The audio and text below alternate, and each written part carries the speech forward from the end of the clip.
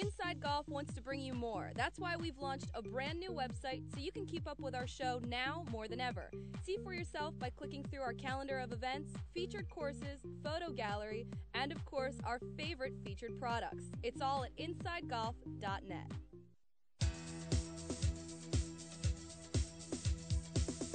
Welcome back to Myrtle Beach. We're going to go now from River Oaks to Wicked Stick. Wicked Stick, listen to this, John Daly design. It is couple-friendly, classic link-style course, and it has water on, how about this, 17 of the 18 holes. You'll see it next. When you come to Wicked Stick, it is a John Daly golf course. It's his signature design. It is the only golf course in Myrtle Beach that is designed by John Daly. And we all know John Daly is a great guy. He's pretty much just like you or I, down-to-earth fella. And we are known for John Daly's grip it and rip it, just like John Daly. He grips it and rips it. The design of this course, you have the link style, and then you have more of a traditional style as well. Can you talk about all the different aspects as far as the pop bunkers and everything else that's here? The front side is more link style, which is really area covered by rolling mounds, pampas grasses, different type of grasses, short trees, deep pop bunkers, which we have two different types of bunkers. You have grass bunkers, you have sand bunkers, which are very challenging. Once you get in them, the faces on them are very steep, which makes it challenging to get out of. Also, you hit it in there, you shouldn't have hit it in there.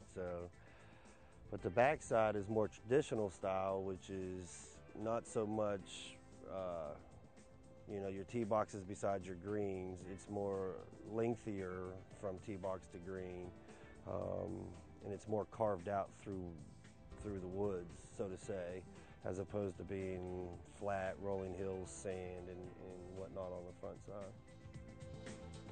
Hole number 7. Once you come to Wicked Stick, you'll not forget this hole. It's a par 3. Stretches from 150 yards to the tips, which is about 265 yards. Par 3. Very challenging hole, but fun at the same time. It's, as you can see, long hole. It's surrounded by 2 sand bunkers, 2 grass bunkers deep, 2 sand bunkers short.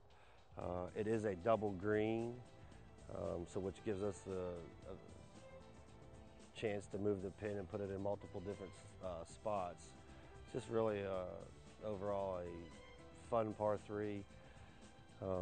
John Daly, when we were designing the golf course, he had pulled his truck up, took a mat out, threw it on the ground, dropped 5 or 6 balls or so, made a few swings, and before we were actually open, this was just a bowl, and every one of his shots was within 10 foot, and he said that's where the tee box is going to go. So this hole has a lot of memorabilia to it.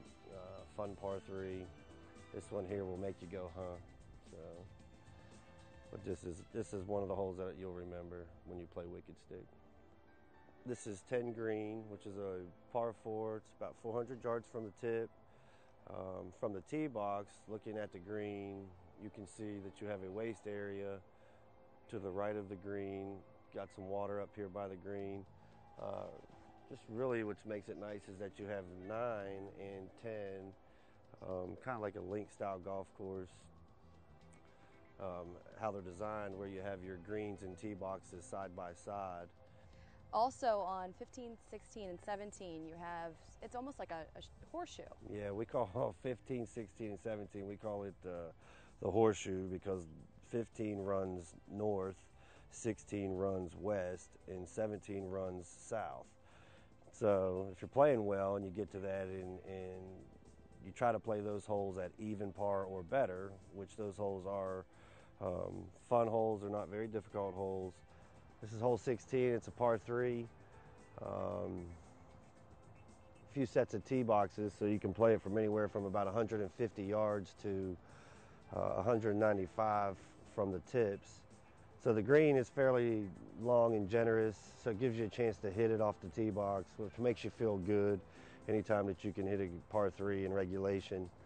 It has 3 deep pop bunkers to the left of it.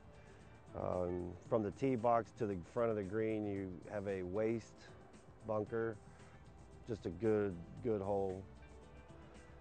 It's almost about 40 yards long, 50 yards long green. Get to number 17, which is a par 4. It's about 465-yard par 4. From the tee box, looks very challenging, more than what it really is. You got about a 70 yards worth of fairway that you can hit. But looking from the tee box, you see these 3 pop bunkers. So that makes it look intimidating. After you've hit your tee shot and you're into the middle of the fairway, it's important that you pull the right club. As you can see, the green, you don't want to be short and right or long and left. Short right, you have 2 pop bunkers that are very deep-faced bunkers. If you're in them, it makes it real difficult to get out of them. If you're left, you have grass bunkers, which is really a penal bunker. You don't want to be in that. They're very deep. But from the tee box, what you see is what you get. Why is it my favorite hole? I tend to birdie it all the time.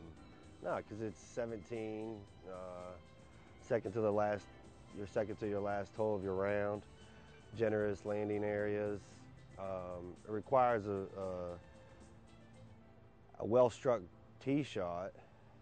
And then your second shot, I think, is the most important, picking your club selection that you're going to hit into the green. Set you up. The green's fairly generous. It slopes from back to front.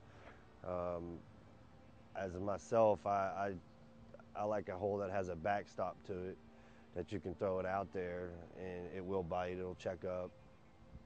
It's a good hole. Gives you a good birdie opportunity. And it's a beautiful hole. That tall pine you see out there is my target, and I just hit a little fade.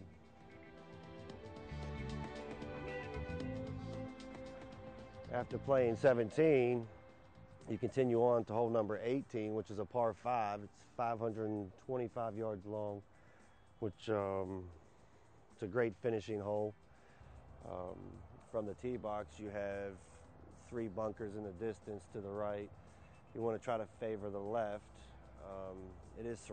The fairway is surrounded by woods on the right of the fairway, water to the left. So after you hit your tee shot, your second shot, either you can go for the green in 2 if you're feeling froggy, or you can choose to lay up with a 7, 8, or 9 iron, or you can go for it in 2. It's a risk-reward hole. That green is surrounded completely by water. So if you're hitting your second shot and you don't get all of it, you're going to be shorting in the water, and you don't want to be short because you'll be taking a penalty stroke. But it's one of our great finishing holes. Really just a beautiful hole to finish on. Leaves a good taste in your mouth if you birdie it. If you don't, it'll make you want to come back and play it again. I've seen water on almost every hole here, but it doesn't really come into play. No, we got water. 17 out of 18 holes we have water. It runs parallel or adjacent to. Very few holes does it actually cross or come into play. But if you're hitting it a little wayward that day, you may find a little bit more water than you asked for. We talked a little bit earlier, and you were saying how Wicked Stick is really great for couples. Yeah, I think Wicked Stick, it's a user-friendly golf course, and for couples, the tee boxes are set so that the distances, after you both tee off, the distances from the fairways, you start out side by side. So as opposed to one hitting it a certain distance and then waiting on the other one, it starts you out on your second shot even. What's your personal favorite thing about it here? One, the golf course it's a user-friendly golf course. It's playable for beginners to professionals. It's just really, it's a golf course overall that anybody can play, and your weather all year round is nice. And I think our staff, we have probably, I would like to put my staff in the top 5 on the beach for customer service.